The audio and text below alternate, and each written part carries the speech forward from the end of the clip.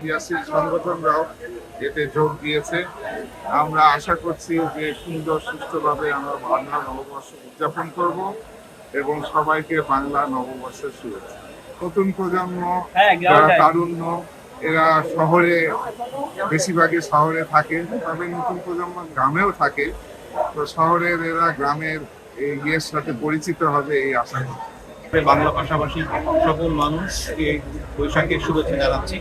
বৈশাখ আমাদের প্রাণের একটা অনুষ্ঠান, প্রাণের একটা যাত্রা শুরু। বৈশাখ বিশ্ববিদ্যালয় এই বৈশাখকে শুরু থেকেই ধারণ করছে। অলরেডি আপনারা দেখেছেন যে বিভিন্ন বিভাগে শিক্ষার্থীরা কালারফুল একটা র্যালি করেছে। এটা সত্যি ভালো লেগেছে বিষয়টা।